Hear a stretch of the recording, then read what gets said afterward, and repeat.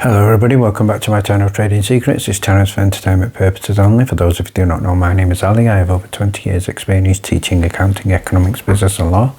Through this channel I'll be providing some stock analysis and a quick update on the $1 Million Challenge. So if anybody is not aware of this is a journey with an investment of $1,000 for a return of $1 million over a period of 3 years using a strategic or compound return investing. So the objective is try to get 201 trades, each with an average return of 3.5%. It's not 201 consecutive trades, we do take into account losses. So for further details about how to join us for less than $9 a month, information is available in the description below. In today's video we're going to be looking at MMTLP and some breaking news from Congress. We're also going to be looking at some recent coverage from Forbes, and does this show that they are now panicking? So we're also going to be finishing off by having a look at ticker symbol PYPL, PayPal. So stay tuned for that. Before we get started, let's have a look at what's happening in the markets. So first headline here from CNBC, we can see here that the stars are aligned for Bitcoin in 2024, a supply cut and potential ETF demand. So we have seen a good resurgence in crypto and Bitcoin, but in terms of the market, we can see here stocks rise slightly on Wednesday, and the S&P 500 has been trading near record highs. So hopefully this continues for 2024. Let's start with a shout out to Charles Payne, who's reminding everybody in terms of the open letter to Congress, and what is posted here is the MMTLP fiasco has not gone unnoticed by some members of Congress, and he's again reminding everybody of the special guest Ralph Norman. So that was something that was great for the campaign, and there has been some development. So shout out here to Anna from Anna Trades, who stated here, breaking news, an amazing opportunity. We were granted further time for supplemental congressional signatures onto Ralph Norman's MMTLP open letter. So this is good news. I believe the number is close to 90, and I'm hoping we get in excess of 100. And what she's saying here is, this is our most important call to action.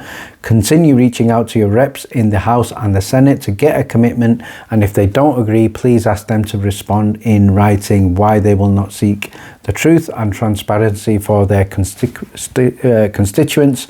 So time for everybody in the community to take action. So with all this going on, we can see that Forbes are coming in and trying to have some battles from the opposite side. So shout out here to Bob Ivory from Forbes, who stated here, Forbes first graphic story, see how easy it was to dupe investors with oil that was never pumped.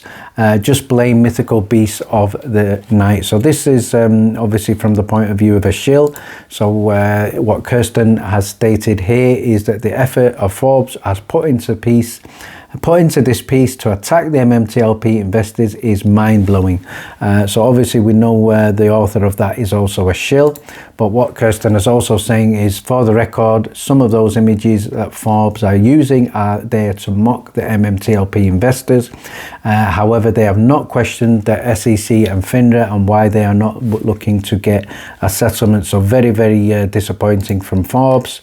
So what we can see here from what Jalen has stated is that the MMTLP open letter from Ralph Norman certainly seems to be touching the nerves of some very shitty people lately, such as CG Casperino, Forbes, Douglas Large and Wall Street Cynic, to name a few. So there has been another development on that.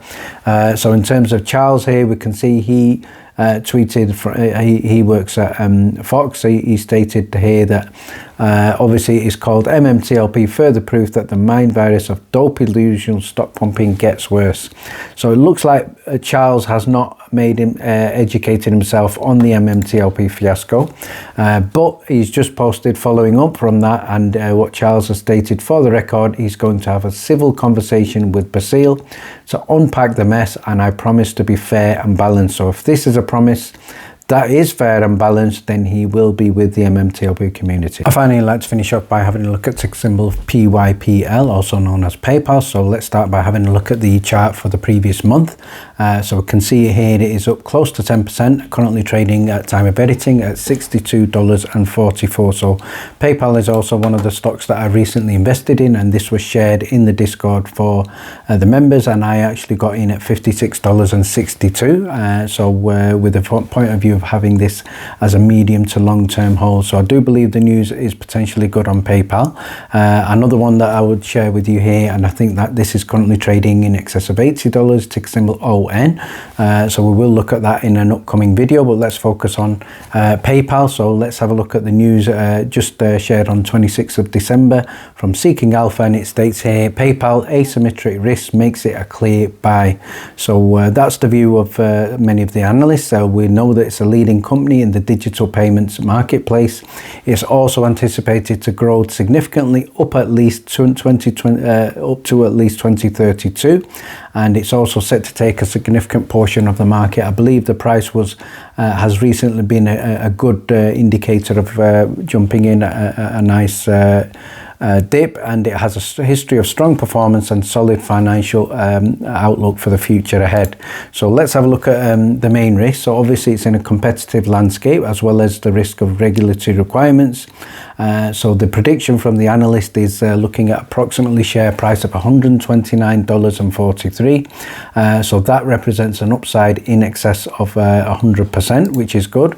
So why can we see that PayPal is a good opportunity? At the end of 2022, the global digital payments market size was valued at approximately $103 billion and forecast to grow around about 20.8%, and that represents approximately $510 billion by 2032. So obviously we can see here presentation from the PayPal investor presentation suggesting growth rates here of 14%, 24%, 16%, 17% and 22%. So certainly very, very positive for the future there. And what we can also see here is another factor is their obviously opportunity to grow market share. So the CEO has stated in their third quarter conference call that approximately 70% of all adults have used PayPal, obviously including myself. And obviously PayPal controls 41% of the market share for online payment processing technology. So it's an established company with a good market share. What we can also see here in terms of its financial position, it's in a strong financial position in terms of the income statement, balance sheet and cash flow. Nothing there to suggest that there are any red flags. So that's good news from a financial point of view. Let's have a look at the share price. So as stated, we're looking at a fair share price of $129.43. So the upside there is 111.28%. So I do certainly believe that is possible. So what are the risks? Obviously the risks are competition. The risks are obviously slowdown in revenue growth. And finally, to finish off in terms of a conclusion, so the overall consensus from the analyst is a strong buy. It has been added to the portfolio. I have also added it to my portfolio for a medium to long term hold. So ticker symbol PYPL. So if you would like to get more due diligence and analysis of stocks in the Discord shared exclusively with the members, details are in the description below. Thank you very much for watching. Please stay tuned.